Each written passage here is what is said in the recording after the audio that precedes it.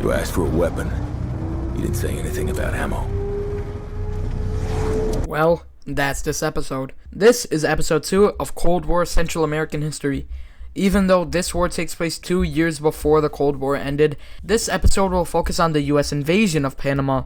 First, we'll start in the late 80s, where Manuel Noriega got some real power because he and some other dude, which is Omar Torrijos, overthrew the Panamanian government, and Torrijos was the president. While Noriega was militarying, probably because he played too much BO1 Torrijos was actually pretty chill and got up treaties so that the Panama Canal went back to Panama. In the 70s, Noriega was working with the CIA to do a little thing called spying. It's the CIA, the hell you expect. When Torrijos died in 81, Noriega saw a huge opportunity. Since Noriega was the leader and commander of the Panamanian Defense Forces, which is Panama's army, he became the de facto leader of Panama in 1983.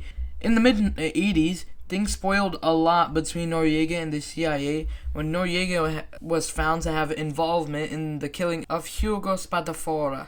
In 1988, Noriega was revealed to have been a drug trafficker, and since the US doesn't very much like drugs, the Reagan administration gave him a choice. Noriega didn't take the first one. Then the Reagan administration was gone. And now the Bush, the father, not the son, administration. And in 1989, Noriega killed an unarmed Marine officer. The justifications of war were to oust Manuel Noriega, to protect U.S. citizens in Panama, to stop drug trafficking, and to defend democracy. The invasion began on December 20th, 1989. Here's the invasion party forces thing. Bam. Around 20 to 30k soldiers were fighting Noriega's troops. Noriega quickly realized he couldn't win, so he quickly slid into the Vatican embassy. Since you can't invade embassies since it's foreign, the US had to resort to different tactics. Okay, put up the weapon. Affirmative.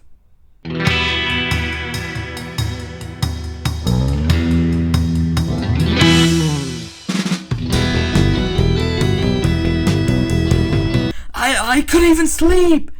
Well, that worked. Man, this guy really must hate rock music. Yes, this actually happened. They will play rock music so that Noriega went insane, so he gave himself in. But hey, it's called psychological warfare. Noriega gave himself in on January 1st the next year. About 250 Panamanian soldiers were killed, about 300 civilians, 24 US troops, and a lot more injured. Fun fact, Noriega sued Activision and Treyarch due to his portrayal in BO2. Subscribe, hit that bell, watch my other videos please, comment, and remember that Noriega still hates Guns N' Roses to the day he died. Probably.